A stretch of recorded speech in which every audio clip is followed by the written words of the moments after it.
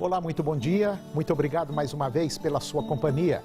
Está começando mais uma edição do programa Agronegócio e você vai ver a partir de agora. Jornal Valor Econômico aponta que a JBS pagou durante vários anos milhares de reais em propinas para cerca de 200 fiscais agropecuários. Prática corrente no mercado de frigoríficos, o pagamento de quantias mensais de R$1.000 a R$20.000 para os fiscais federais. Cancelamentos de exportação de grãos pelo porto de Barcarena, no Pará, são inevitáveis após mais uma semana de bloqueios na BR-163. Carolina Chaveiro da Silva, nutricionista, vai falar hoje sobre o ganho de peso nas férias. Predomina ainda o movimento de baixa no mercado do boi. FAO nega posição contrária à carne bovina e a Índia proíbe venda de gado para abate. O agronegócio está começando.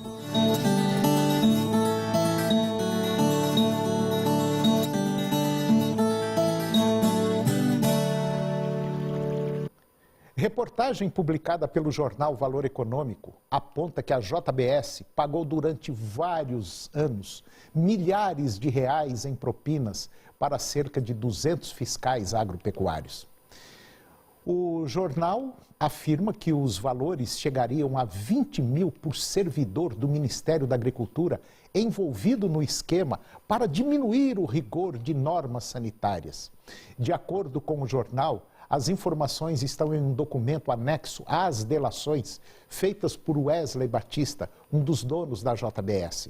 A relação dos fiscais envolvidos tem que ser enviada ao Ministério Público como parte do compromisso assumido pelo próprio empresário. Sempre constituiu uma prática corrente no mercado de frigoríficos o pagamento de quantias mensais que variavam de R$1.000 a R$20.000 para os fiscais federais agropecuários do CIF. Isso quem disse foi Wesley Batista às autoridades, conforme a publicação. O jornal ressalta que a lei brasileira chegou a permitir que os frigoríficos pagassem compensações a fiscais como hora extra, já que o funcionamento ia além do horário comercial. Mas a prática foi vetada no início dos anos 90, quando o ministro da Agricultura era Antônio Cabreira. Para o jornal Valor Econômico, as revelações do dono da JBS devem dar mais munição à Operação Carne Fraca da Polícia Federal, que investiga suspeitas de corrupção na indústria de proteína animal. Recentemente, a equipe que trabalhava na ação, ela foi fundida com a força-tarefa da Operação Lava Jato, decisão pela qual a corporação recebeu críticas. Ainda de acordo com o jornal Valor Econômico, o conteúdo da delação deve atrapalhar o trabalho do governo nas negociações com outros países para retomar as exportações de carne.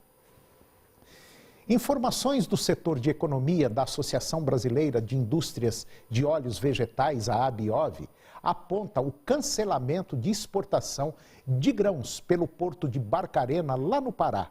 E isso é inevitável após mais uma semana de bloqueios na BR-163, no sudoeste do estado, que impedem a chegada de caminhões ao terminal fluvial de Miritituba. Os prejuízos já estão acontecendo e são elevadíssimos. Em caso de cancelamentos de embarques, as perdas podem chegar a $400 mil por dia. Existem relatos de que Barcarena dispõe atualmente de 120 mil toneladas de grãos estocados, que é um volume suficiente para carregar apenas 2 navios por mais uma semana.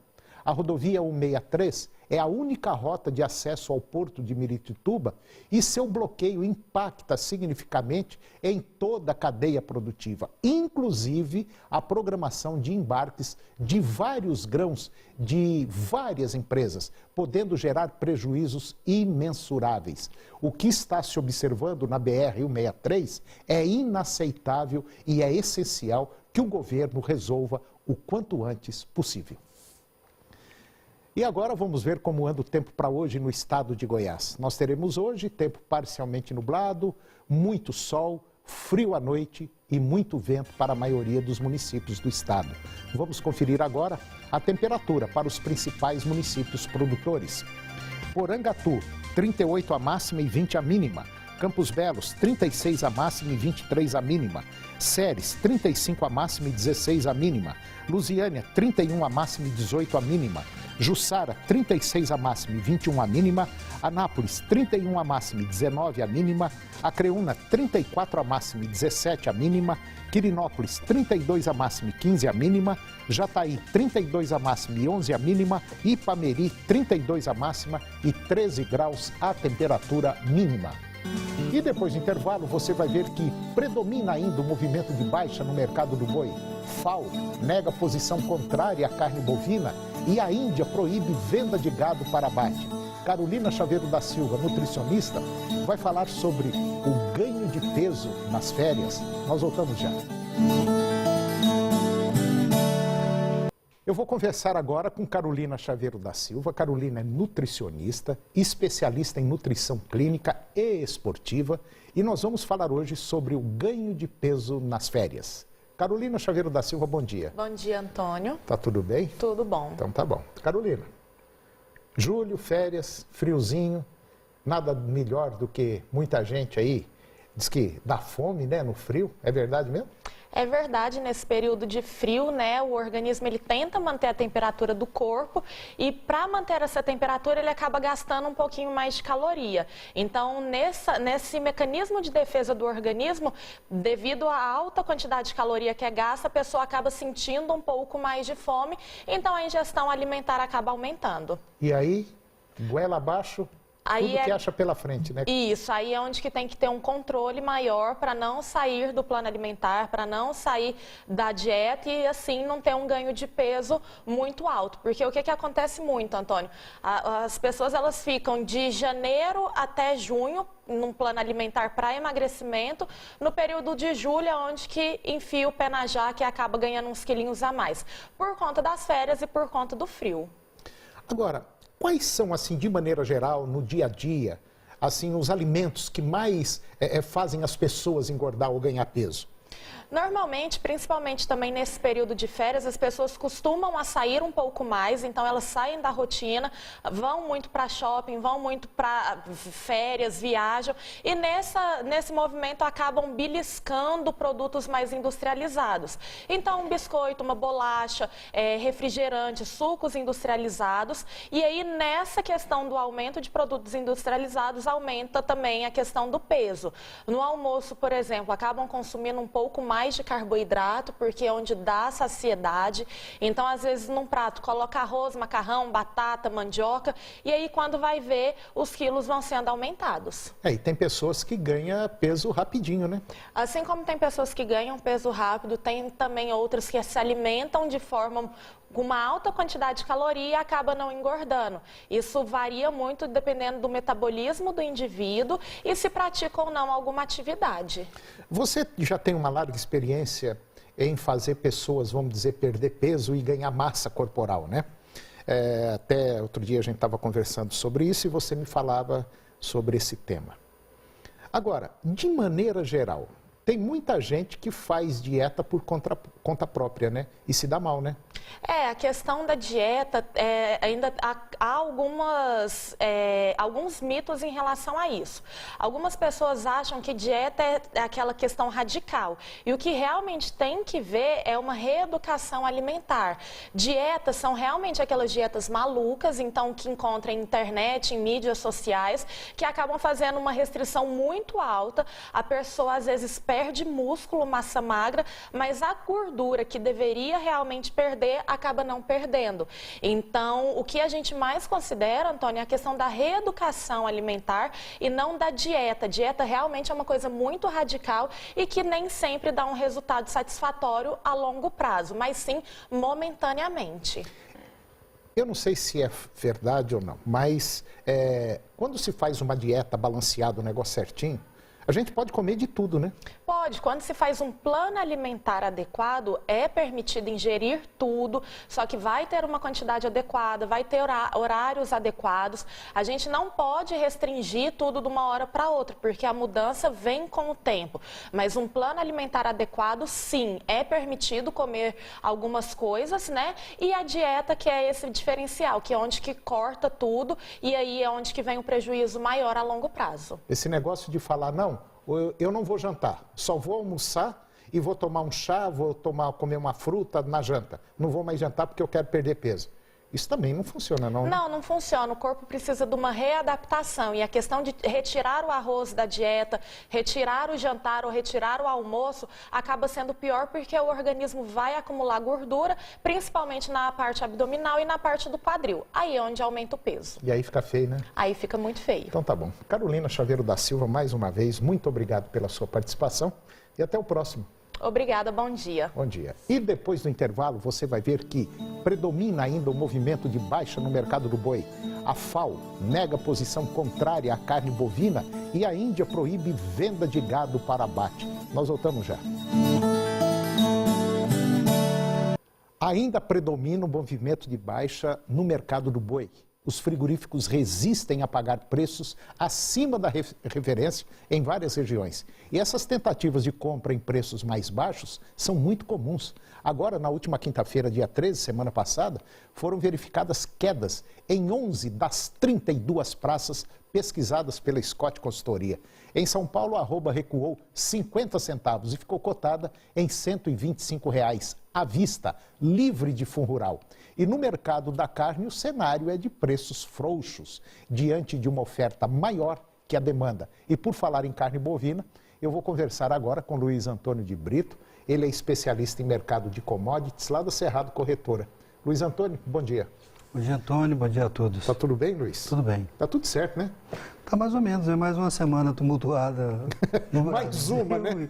Mas na política, na economia, então, quer dizer, toda semana uma coisa nova. É, tá tendo uma coisa nova. E teve mais uma coisa nova também, que deu assim um buchicho em relação à carne bovina.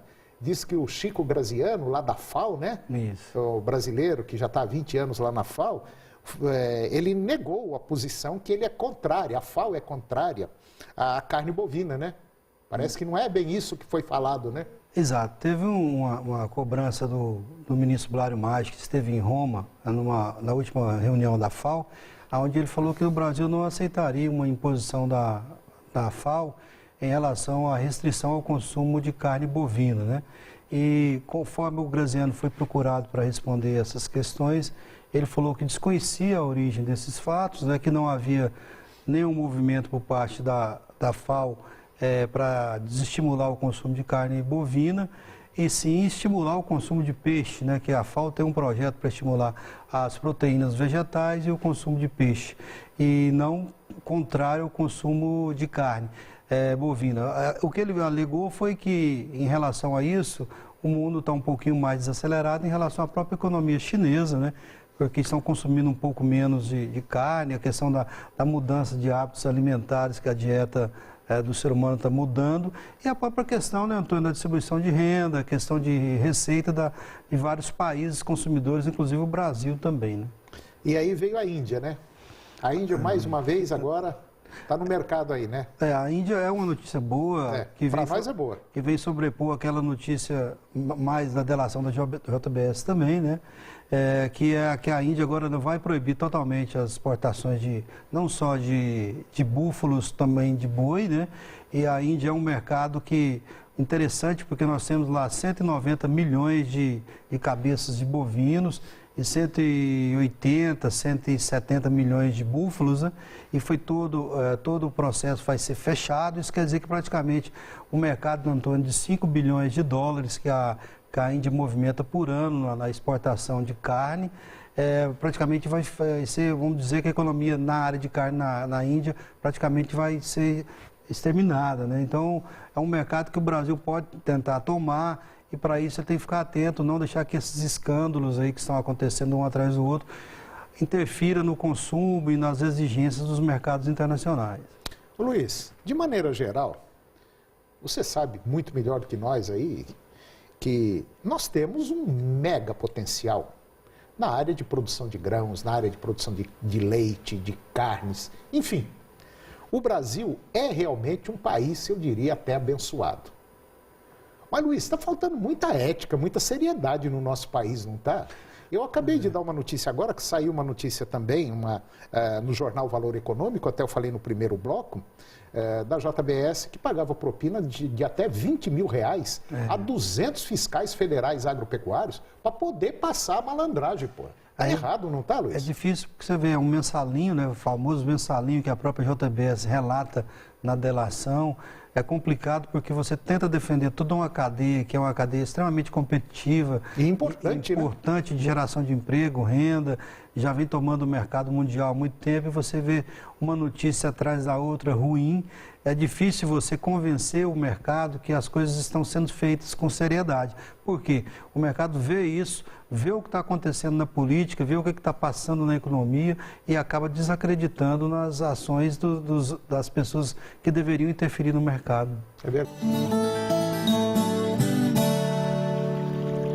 Eu estou de volta conversando com Luiz Antônio de Brito, especialista em mercado de commodities lá da Cerrado Corretora, e nós vamos falar agora sobre a estimativa da safra brasileira que foi falada aí, anunciado pela Conab. É isso mesmo, Luiz?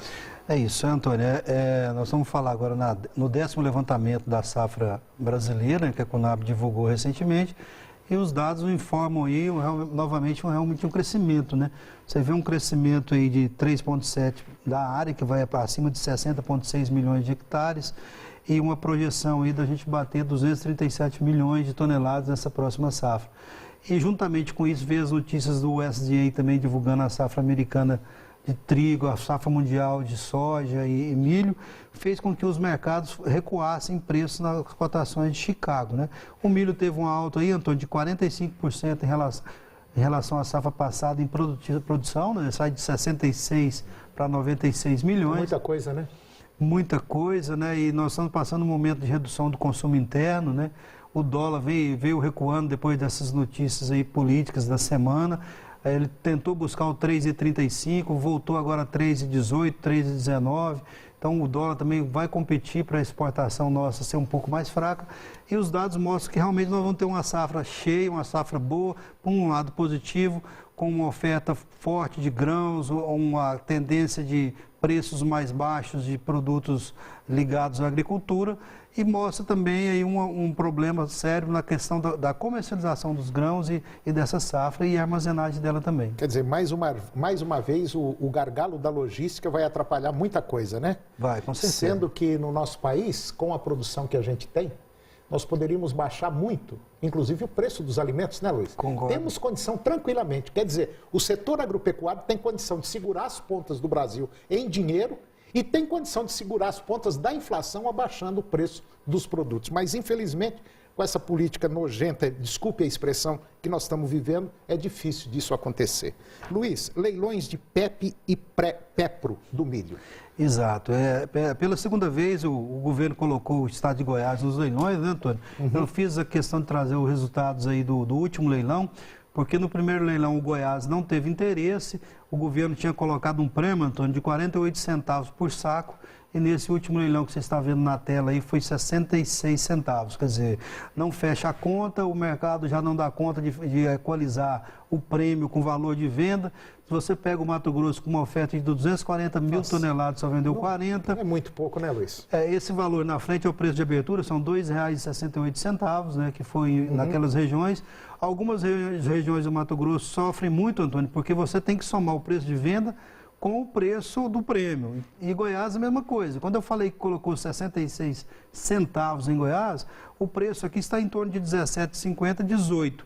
Se eu somar o valor da nota mais o valor do prêmio, não atinge o preço mínimo, que é R$ 19,21 em Goiás. Então, o que acontece? Não paga o custo. O produtor não consegue cumprir as exigências da Conab. Ele está com a nota de venda e vai ficar amarrado com esse documento e não consegue liquidar essa operação.